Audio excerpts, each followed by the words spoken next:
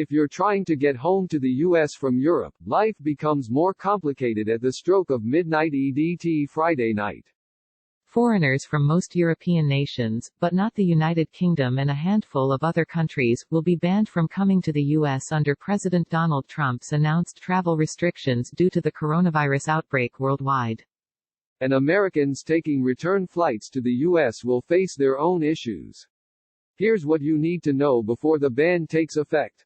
In his televised speech outlining the ban on Wednesday, President Trump said it will last 30 days, though the written proclamation made room for the possibility of extending it based on guidance from the Secretary of Health and Human Services. Bottom line, it will remain in effect until terminated by the president. According to the White House's website, individuals meeting the following criteria may still enter the country during the next 30 days.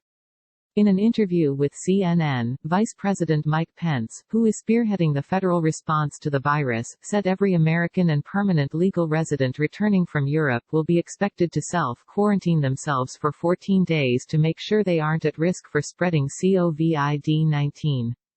The United Kingdom and Ireland are both exempt from the ban, so traffic going through those countries' airports is likely to spike once the ban takes effect at midnight Friday night. As one of the world's biggest hubs, London's Heathrow International Airport connects U.S. airports with those in cities throughout continental Europe. As such, many travelers may look to it as a transit option once the supply of non-stop flights from those cities is shut off. Trump, in his press conference Friday afternoon to announce he is declaring a national emergency, said the UK was exempted because it had fewer cases than in other European countries. But he also noted that since the list of nations was compiled, the UK has seen a spike and might be added to the list. For the matter, some of the countries already named may come off. Yes, American citizens must enter this country through one of the 13 major international airports that already serve as hubs for international flights and were used to screen passengers entering the country from China beginning in early February. They are. Ticket prices on flights between Europe and the U.S. soared shortly after Trump's announcement Wednesday night. In the mad scramble to book, prices for one-way flights on United's website Thursday surged as high as $5,700 for the last flights out of Europe Friday. Delta, American and United Airlines said Thursday they are imposing caps on ticket prices. American spokeswoman Andrea Koos, for example, said economy fares from the U.S. are being limited to $1,000, including taxes.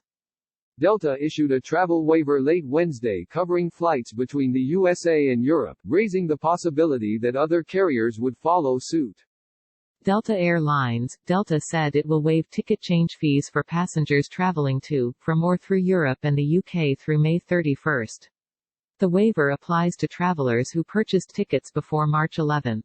United Airlines, United said passengers scheduled to fly between up until April 30 who wish to change their plans can do so without paying a fee regardless of when the ticket was purchased or where they are traveling.